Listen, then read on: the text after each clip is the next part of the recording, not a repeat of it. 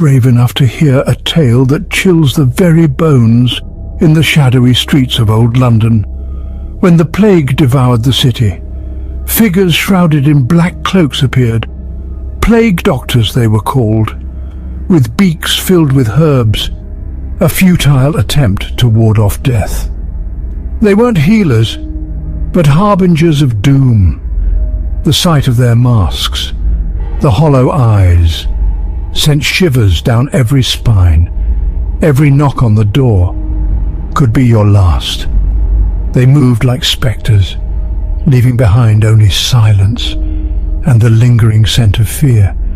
To see one was to glimpse your end, and even now, in the darkest corners of the city, some say, you can still hear the echo of their footsteps.